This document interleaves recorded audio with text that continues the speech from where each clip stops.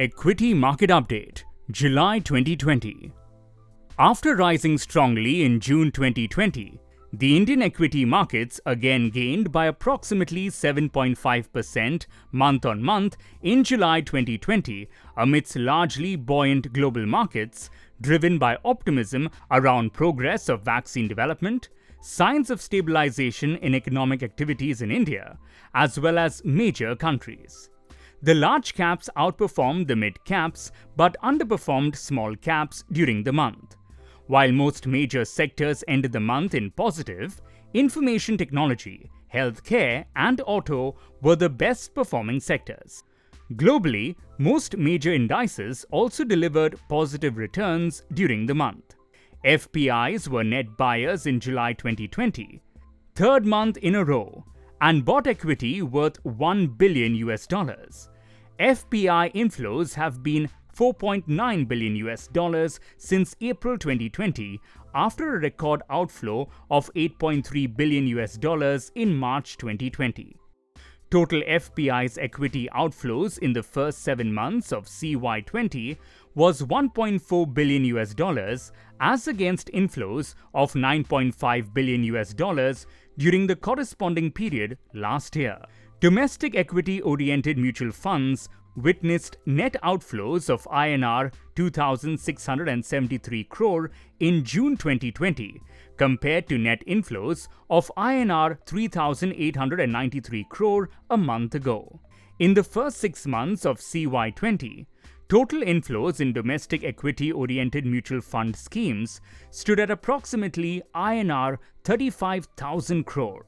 Out of the limited Q1 FY21 results declared so far, results of IT, cement, banks and pharma were better than expectations, whereas consumer staples, auto and insurance were largely in line with expectations. Results of industrials and logistics were below expectations.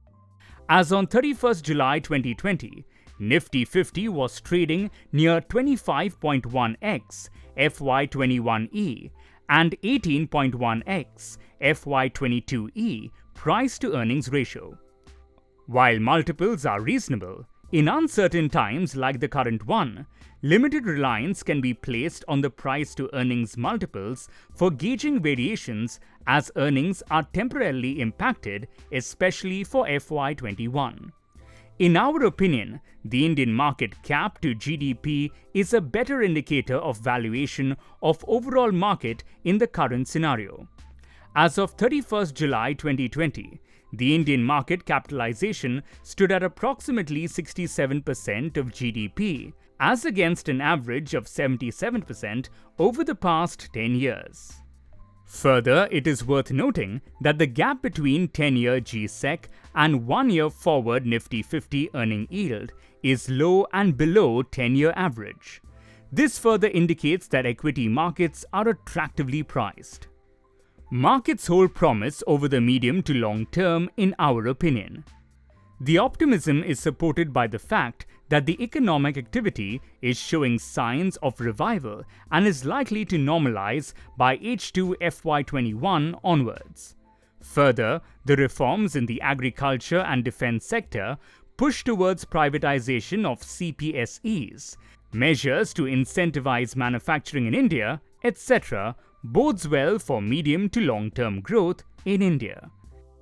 In view of the above, in our opinion, there is merit in increasing allocation to equities in a phased manner or in staying invested as the case may be for those with a medium to long-term view and in line with individual risk appetite.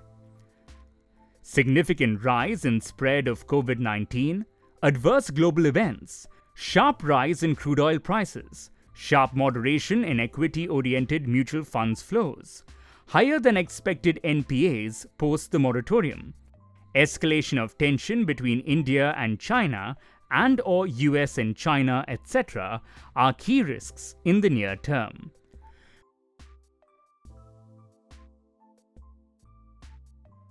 Mutual fund investments are subject to market risks. Read all scheme-related documents carefully.